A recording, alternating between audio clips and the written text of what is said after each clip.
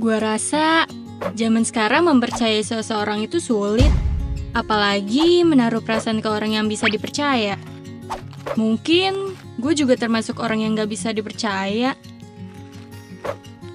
Makanya, kali ini gue mau sharing ke kalian tentang pengalaman buruk gue dalam menjalani sefrit hubungan. Kenalin, nama gue Najwa. Gue bukan berasal dari bumi. Gue dari tempat yang jauh dari bumi, yaitu Bekasi. Jangan tanya gimana cara gue bisa nafas di sono. Gue punya insang. Jadi, gue tuh sebenarnya udah punya pacar. Namanya Rehan. Kita pacaran dari awal masuk SMA. Semuanya berjalan menyenangkan dan semestinya. Ya, pacaran anak Bekasi gak jauh beda lah ya sama gaya pacaran anak Jakarta. So, gak usah cain kita ya. Kadang kita hangout bareng, party bareng, ngupil bareng.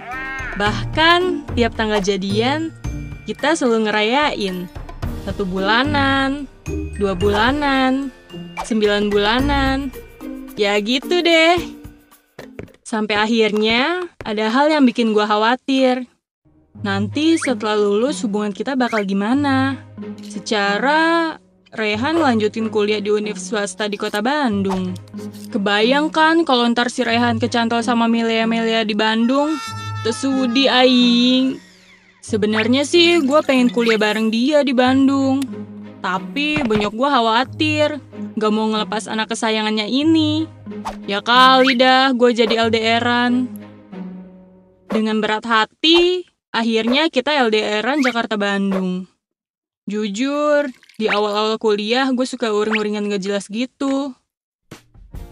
Tiap hari gue selalu chattingan atau video callan tentang apa yang kita alami selama sehari itu. Meskipun sinyalnya jelek, suka bikin gambar merepet-merepet. Andai jarak Jakarta-Bandung hanya terhalang rumah Pak RT. Mungkin gue bisa COD tiap malam sama Rehan. Di kampus, gue orangnya cukup menutup diri. Karena gue tuh tipikal orang yang butuh waktu buat beradaptasi sama orang lain. Dan untungnya, ada yang klop sama gue. Namanya Sony. Sony tuh anak rantau gitu. Kadang ada aja hal konyol yang dia lakuin. Kayaknya dia waktu TK suka nyemilin penghapus yang wangi deh. Dari situ dia sering curhat masalah kosan yang nunggak. Ngirim uang bulanan suka telat. Atau rebutan pakai kamar mandi pas lagi muncak-muncaknya kebelet boker. Jadi kadang gue ngerasa nih anak lucu. Kita sering nongkrong di Warmindo dekat kosannya Sony. Ya, abis kenyang gue mampir ke kosannya. Ya you know lah ya ngapain. Ya belajar lah.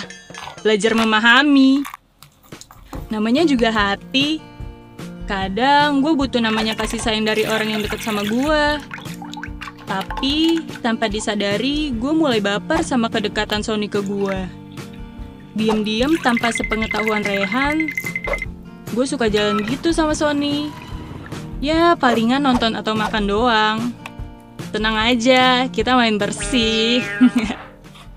Tapi pelan-pelan di situ gue sadar, ini nggak benar. Gue harus jaga jarak. Gue sama Sony kan cuma sebatas temen. Apa gue harus ngejauh dari Sony? Sedangkan Rehan jauh di sana nggak bisa ngasih gue belayan.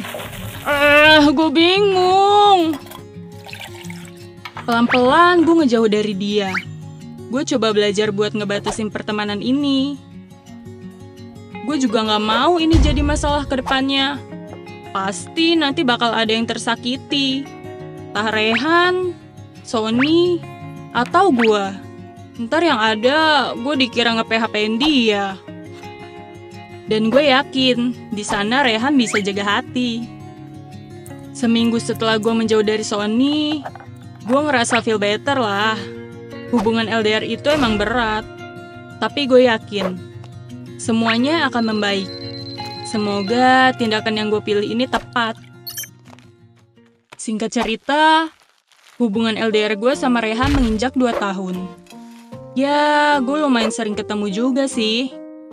Soalnya LDR Jakarta-Bandung gak jauh-jauh amat. Kadang kalau ada long weekend, si Rehan sering balik ke Jakarta buat ngapelin gue. Kadang juga gue main ke Bandung. Tapi lama-kelamaan gue ngerasa hubungan ini makin merenggang. Rasanya kayak spion metik udah dol. Tiap dikencengin malah longgar. Gue ngerasa agak kosong kalau berhubungan sama dia. Tapi selama itu, Sony juga masih berusaha deketin gue. Jir, emang gue seoke apa sih sampai dia mau stay PDKT-in gue? Mau berusaha deket lagi sama Sony, tapi guenya gengsi. Ntar dikira dia cuma sebagai pelampiasan gue doang. Duh, ruwet bener dah nasib gue. Kayak bayaran BPJS. Gak tahu kenapa gue mulai banding-bandingin Sony sama Rehan. Apa gue minta putus aja ya sama Rehan? Tapi gila aja kalau gue yang mulai. Apa gue harus nunggu kesalahan dari dia? Duh, please deh Najwa. Lu tuh udah lama pacaran sama Rehan. Belum tentu lu bisa dapetin yang sebaik dia. Karena gabut, akhirnya gue buat instastory tuh. Biasalah, cuma blank hitam doang pakai background musik galau. Mendadak, seolah semesta tahu apa yang gue mau. Terus, Sony replay story gue kayak gini. Wah, kamu kenapa? Akhirnya gue bales. Gak kenapa-napa kok. Tapi dia berusaha baik sama gue dan ngerayu gue buat nyeritain kenapa gue buat instastory itu. Cerita aja sama aku. Wah, ya jelas dong gue bakal cerita. Akhirnya gue bales dia. Ya udah, move WA aja ya. Gue lagi butuh temen curhat nih. Dan akhirnya kita chattingan dari jam 9 malam sampai mau subuh. Anjir, udah lama gue gak ngerasain euforia PDKT ini. Pada ngerasain gak sih? Gak berselang lama, akhirnya kita makin deket banget. Sampai akhirnya si Sony nembak gue. Oh my god, udah lama gue gak ditembak sama cowok. Deg-degan juga ya. Gue sih gak kaget. Secara emang dia getol banget deketin gue dari dulu. Oke deh, gue terima. Tapi Rehan gimana ya? Jujur, gue masih ada rasa sayang sama dia. Tapi jujur, gue butuh seseorang yang selalu ada di deket gue. Beberapa minggu ini, gue jarang banget komunikasi sama Rehan. Sampai akhirnya, gue paksain buat ngehubungin Rehan. Kalian paham lah ya maksud gue apaan. Dan Rehan ngangkat telepon gue. Halo Yang.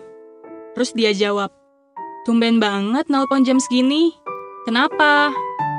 Gue berusaha basa-basi. Tapi emang nih mulut kalau buat mutusin orang berat banget. Nggak apa-apa kok. Cuma mau ngobrol aja. Oh, kirain kenapa? Tenggorokan gue jadi gatel. Ray, kamu tahu kan kalau akhir-akhir ini hubungan kita mulai merenggang? Bahkan garing banget. Kita chattingnya juga udah nggak nyambung. Ya gimana ya? Kamu paham kan? Sedangkan kita juga punya kesibukan masing-masing yang ngebuat kita nggak ada waktu satu sama lain. Tiba-tiba Rehan motong. Kamu minta putus? Gue makin deg-degan dong. Ya menurut kamu, toh kalau dipaksain nggak akan baik. Jadi, terus Rehan motong lagi. Ya udah kalau itu yang kamu mau.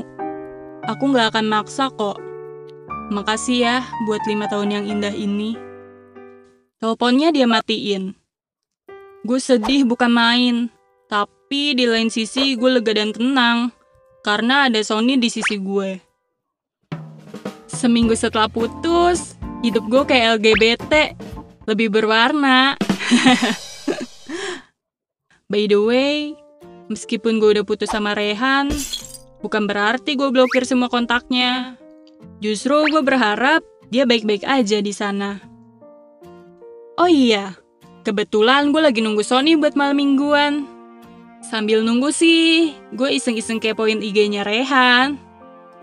Ternyata dia posting foto berdua cewek. Gue sih seneng-seneng aja. Toh, gue juga punya cowok baru. Wah, cantik juga nih cewek barunya Ray. Kebetulan si Ray nge-tag akun ceweknya. Saking keponya, gue klik dong. Dan ternyata itu adalah hal terburuk yang harusnya nggak perlu gue tahu. Gue scroll down, dari atas ke bawah, ternyata isinya foto mesra-mesraan sama Ray. Dan gue bener-bener stalk tuh cewek sampai postingan terlamanya. 2018? Loh kok captionnya mesra sih? Kan waktu itu kita masih pacaran. Asli, gue terpukul. Ternyata dia udah duluan selingkuh ketimbang gue. Dari situ, gue ngerasa ada yang aneh. Kok selama ini nggak ketahuan ya sama gue? Tahu gitu, dari dulu gue udah sama Sony. Tapi bener kata orang, yang sayang akan selalu kalah dengan orang yang selalu ada.